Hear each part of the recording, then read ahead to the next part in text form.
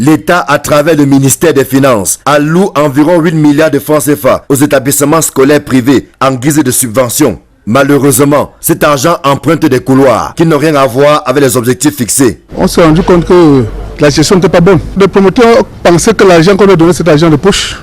Et beaucoup, comme le gouverneur de Nord l'a dit, beaucoup prenaient pour aller chercher une deuxième femme. D'autres achetaient des voitures.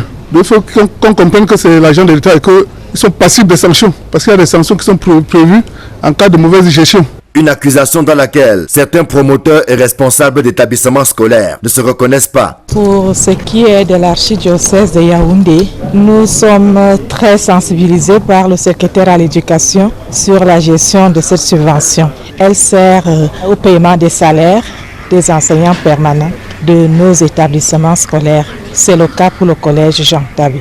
Toujours est-il que la plupart des responsables ne prêchent pas par le bon exemple. Et le ministère des Finances n'entend pas continuer à rester les bras croisés pendant que les promoteurs d'établissements se sucrent avec la subvention qui leur est versée chaque année. Cette subvention accordée aux ordres d'enseignement privé a fait l'objet d'une mission de contrôle de la régulation et de la conformité de son utilisation au titre des exercices budgétaires 2015, 2016 et 2017. Cette mission, instruite par le ministre des Finances, a fait plusieurs constats qui ont dévoilé l'absence de la culture de la gestion des deniers publics par la quasi-totalité des établissements contrôlés. C'est donc en vue de ramener les brebis égarées sur le droit chemin que cette formation a été organisée à l'intention des responsables d'établissements scolaires privés. Il était question de leur donner des outils devant leur permettre de gérer à bon escient les subventions reçues. Étant des deniers publics, les établissements scolaires privés